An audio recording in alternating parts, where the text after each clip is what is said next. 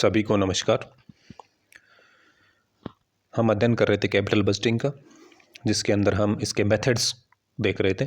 Methods में हमने जो टाइम अनएडजस्टेड मेथड थे उनका लास्ट लेक्चर में अध्ययन कर लिया था, और जो टाइम एडजस्टेड विधियां हैं आपकी, उसके अंदर भी हमने जो इसकी एक विधि है उसका अध्ययन कर लिया था। आज हम उससे आगे अध्ययन करेंगे। नेक्स्ट आपकी जो विधि है वो है प्रॉफिटेबिलिटी इंडेक्स और बेनिफिट कॉस्ट रेशियो, जिसको शॉर्ट में PI भी बोला जाता है, यानी लाभदायकता निर्देशांक अथवा लाभ लागत अनुपात विधि इसको बोला जाता है। Profitability index measure the present value of returns derived from per rupees invested. It shows the relationship between the benefits and cost of the project, and therefore it is called a benefit cost ratio. सरल शब्दों में हम कहें तो जो आपकी ये विधि है ये क्या करती है कि परियोजनाओं का मूल्यांकन उनकी लागतों से, जब बहुत ज़्यादा अंतर होता है परियोजनाओं जब आप मूल्यांकन करते हैं तो उसके लिए क्या है, ज़्यादा उपयोगी है। इसके लिए लाभदायकता निर्देशांक और लाभ लागत अनुपात विधि ज़्यादा उपयोगी रहती है आपकी। ये विधि क्या करते हैं, शुद्ध वर्तमान मूल्य विधि के समान ही है लगभग आपकी। इसका जो गणितीय सूत्र है वो आपको नीचे दे रखा है कि PI is equal to present value of cash inflow divided by present value of cash outflow.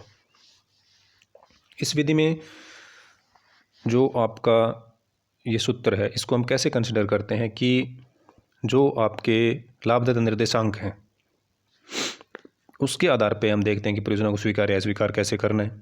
यदि आपका लाभदायक निर्देशांक जो है वो 1 से अधिक है तो हम उसे स्वीकार कर लेते हैं, चुनना होता है, और उसको चुनेंगे जिसका निर्देशांक सबसे ज़्यादा है। तो सबसे अधिक वाले निर्देशांक को एक्सेप्ट और उससे नीचे वाले को हम क्या करते हैं, रिजेक्ट करते हैं। यानी डिसीजन क्राइटेरिया हमारा क्या रहेगा, if the profitability index is greater than 1 accepted the proposal, if the profitability index या PI वैल्यू जो आपकी आ रही है इंडेक्स की वो less than 1 then rejected the proposal. अब जैसे प्रेजेंट वैल्यू हमने बता दी कि कैश इनफ्लो और कैश आउटफ्लो ये कैसे निकालेंगे, तो जो पीछे आपको मेथड बताया गया वही फॉर्मूला है, उससे आपके पास दोनों वैल्यू आ जाती हैं।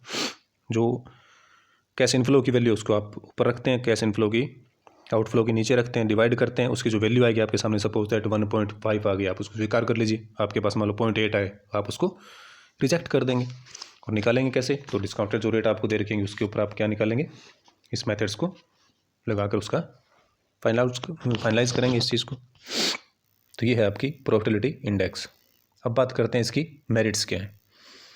It consider time value of money, जो कि समय समय सारी विधियों का गुण है। It consider all cash inflow, क्योंकि ये total value of cash inflow divided by total value of cash outflow और उसकी जो प्रेजेंट वैल्यू है उसको देखती है।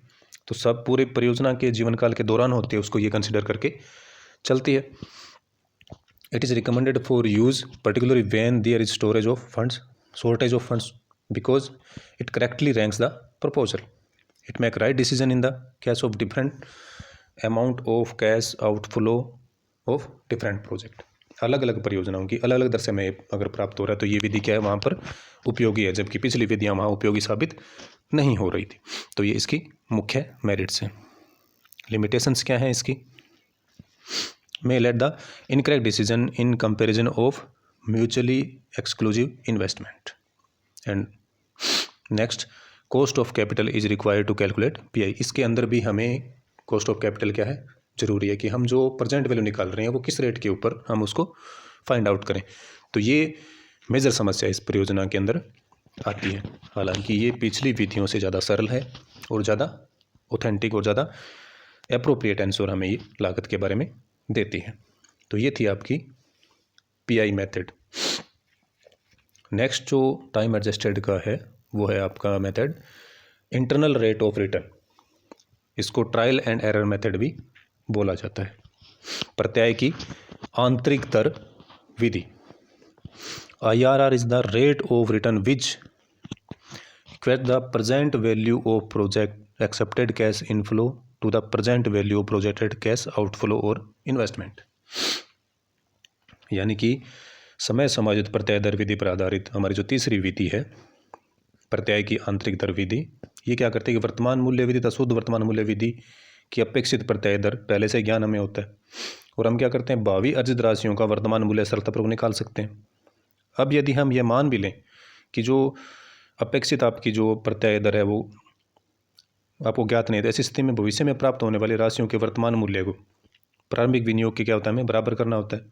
और इसके लिए हम जो दर का उपयोग करते हैं, जैसे कि आपकी डिस्काउंटिंग कैश फ्लो रेट होगी, या इंटरनल रेट ऑफ रिटर्न, या टाइम एडजस्टेड रेट मेथड, या यील्ड रेट, या जो पूंजी की सीमांत उत्पादकता मार्जिनल एफिशिएंसी ऑफ कैपिटल है, तो ये सभी विधियों के नाम से हम इसको कर सकते हैं। इस विधि का जो फॉर्मूला आपको दे रखा है वो है कि IRR is equal to LDR plus PVI minus 1 बटा PVA minus PVB multiply by HDR minus LDR, ये इसका फॉर्मूला होता है। इस विधि में क्या होता है, जो कि मैनेजमेंट होता है वो परियोजना में विनियोजित होने वाली जो राशि होती है उसको परियोजना से प्राप्त होने वाले रोकड़ अंतर्वाहों का अनुमान लगाता है। उसके बाद वो परियोजना से प्राप्त रोकड़ अंतर्वाहों का किसी दर, जो डिस्काउंटिंग रेट है, उसके वर्तमान मूल्य का क्या करता है, वो समायोजन करके उसको बराबर करता है। यदि वह जो दर है वो इच्छित दर या बाधा दर या जो कट ऑफ रेट है उससे अधिक है तो परियोजना को स्वीकार कर लेंगे, अन्यथा उसको अस्वीकार कर दिया जाता है। अब आपको इसका जो फॉर्मूला दिया गया है ये आप उतार लें।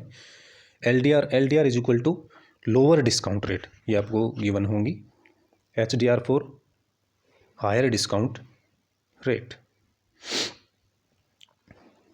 PVA प्रेजेंट वैल्यू जो आपकी है वो। I for initial investment. तो कई किताबों में आपको जो इसका फॉर्मूला मिलेगा वो मिलेगा IR is equal to LDR plus PV of LDR minus I divided by PV of LDR minus PV of HDR multiplied by HDR minus LDR, दोनों एक ही बात है। डिसीजन क्राइटेरिया क्या रहेगा आपका, if the IRR is more than the cost of capital the project है to be accepted. इस method से जब आप IRR निकालेंगे, वो जो आपकी कॉस्ट ऑफ कैपिटल की जरूरत है उससे ज़्यादा आ रही है तो आप उसको स्वीकार कर लीजिए।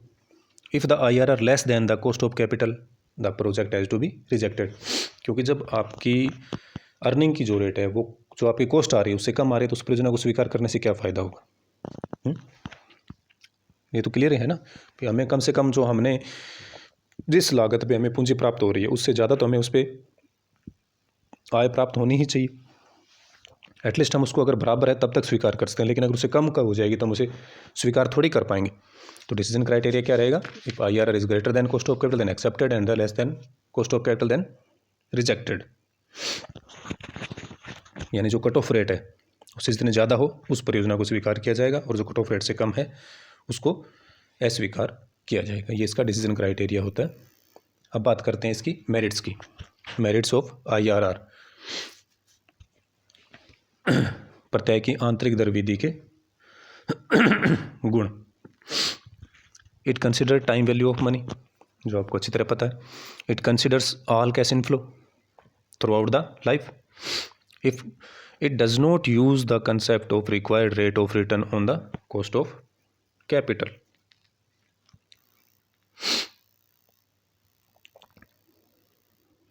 ये एक PV निकालने का फॉर्मूला जैसे आपको बता दिया गया है पीछे कि जब कैश फ्लो क्या हो, इवन हो तो initial investment divided by cash inflow, और जब अनइवन हो then initial investment divided by average annual cash inflow के माध्यम से आप इसको निकाल सकते हैं।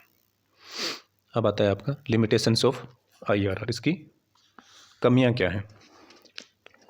It is most difficult techniques for the calculation, क्योंकि इसका फॉर्मूला भी जैसे कि आपने देखा ये आपको देखने में थोड़ा क्लिष्ट लगता है। इट यील्ड्स मल्टीपल रेट्स, इसकी गणना कठिन है।